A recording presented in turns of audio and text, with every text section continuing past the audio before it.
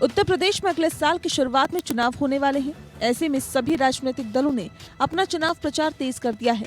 इसी कड़ी में बीजेपी के क्षेत्रीय बूथ सम्मेलन में हिस्सा लेने गोरखपुर पहुंचे पार्टी अध्यक्ष जेपी नड्डा ने कहा कि हमें गौरवान्वित होना चाहिए कि हम उस पार्टी के कार्यकर्ता हैं जहां साधारण सा कार्यकर्ता अध्यक्ष बन जाता है। मैं दावे के साथ कह सकता हूं कि यहां बैठे बूथ कार्यकर्ता कल प्रदेश अध्यक्ष बन सकते हैं। हमें प्रजातंत्र पर विश्वास है, लेकिन विपक्षी पार्टियां प्रजातंत्र पर नहीं, सिर्फ परिवार पर विश्वास करती हैं। सिर्फ भारतीय जनता पार्टी में ही एक साधारण कार्यकर्ता पार्टी को चलाता है। हमारे लिए राष्ट्रवाद सर्वोपरि है, लेकिन उनके लिए वंशवाद के आगे कुछ नहीं। उन्होंने कहा कि विपक्षी पार्टियां वंशवाद को लेकर चलती हैं और हम राष्ट्रवाद को लेकर विपक्षी पार्टियों में जो कुछ है वो वंश के लिए है और हम लोग सबका साथ, सबका विकास और सबका विश्वास को लेकर ही आगे बढ़ रहे हैं। जब मोदी जी कह रहे थे कि मैं तुमको एक नहीं दो टीका दे रहा हूं, आप कोरोना से मुक्त हो जाइए, तो उस समय आपके यहाँ के नेता बोल रहे थे ये बीजेपी की वैक्सीन है, ये मोदी की वैक्सीन है। अब किसकी वैक्सीन लगा के घूम रहे हो? तुमको भी मोदी वैक्सीन ही लगी है। विपक्षी दलों और खासकर सपा पर तंज कसते हुए बीजेपी अध्यक्ष जेपी नड्डा ने कहा कि क्या कारण है कि जब चुनाव आते हैं तो बीजेपी महात्मा गांधी से लेकर पटेल को याद करती है और विपक्षी पार्टियों को पाकिस्तान और जिन्ना याद आने लगते हैं।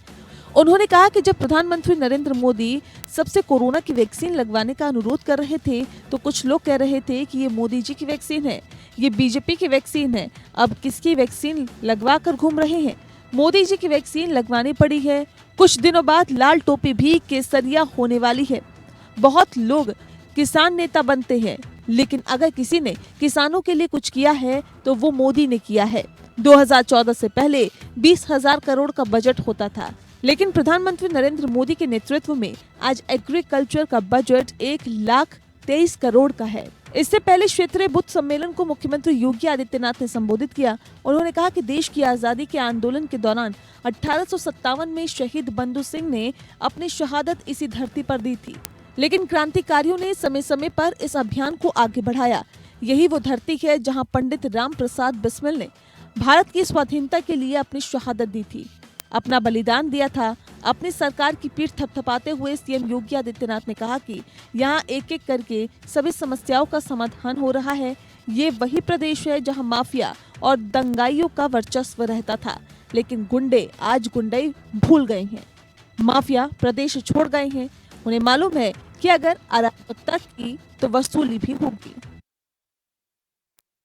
मुख्यमंत्री योगी आदित्यनाथ ने कहा कि एक तरफ भारत की आन, बान और शान की रक्षा के लिए दुनिया में भारत को एक समर्थ और सशक्त राष्ट्र के रूप में स्थापित करने वाले प्रधानमंत्री मोदी है, तो दूसरी तरफ देश प्रदेश की जनता के हकों पर डकैती डालने वाले जिन्नावादी सोच वाले खड़े दिखाई देंगे।